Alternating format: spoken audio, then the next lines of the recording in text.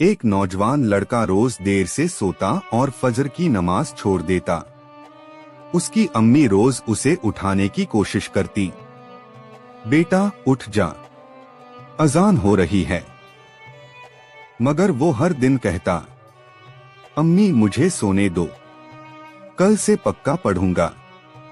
कई दिन ऐसे ही गुजरे। एक दिन अम्मी चुप रहीं। अम्मी को उठते हुए देखा तो लड़का खुद हैरान रह गया। गुस्से में पूछा, आज क्यों नहीं जगाया?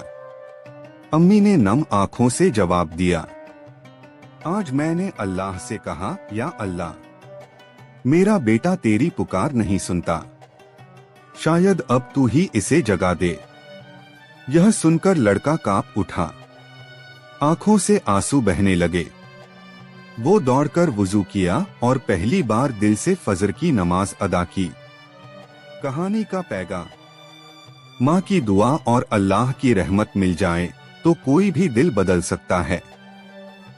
नमाज में सुकून है और सुबह की अजान एक नई जिंदगी की शुरुआत हो सकती है।